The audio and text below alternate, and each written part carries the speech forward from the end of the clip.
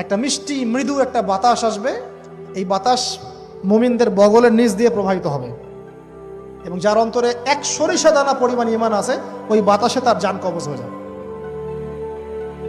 বাকি থাকবে সব এই যে গরু, ছাগল, হাঁস, মুরগি, গবাদি পশু।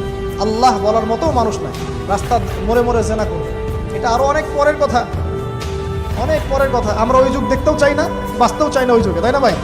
রাসূল সাল্লাল্লাহু আলাইহি ওয়াসাল্লাম বলেন, এরপরে একদিন সকালে হঠাৎ করে দেখবে কেনা বেচা করতে করতে, কথা বলতে বলতে, পানি পান করতে করতে, খাবার খেতে খেতে এই যে পশ্চিম দিক থেকে সূর্য উঠে গেছে। তার মানে কি ওই দিন কিয়ামত হয়ে যাবে, এবং এটা এত ফাস্ট হবে, এত দ্রুত হবে। আল্লাহর রাসূল সাল্লাল্লাহু আলাইহি ওয়াসাল্লাম বলেছেন যে কেউ বাসায় ফিরে যাবে, আহাল পরিবারের সাথে একটা দেখা করবে, এই সুযোগ পাবে একদম ইনস্ট্যান্ট।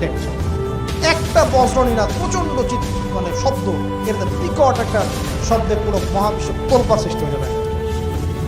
এই হলো সিঙ্গার প্রথম শেষ, সবটে।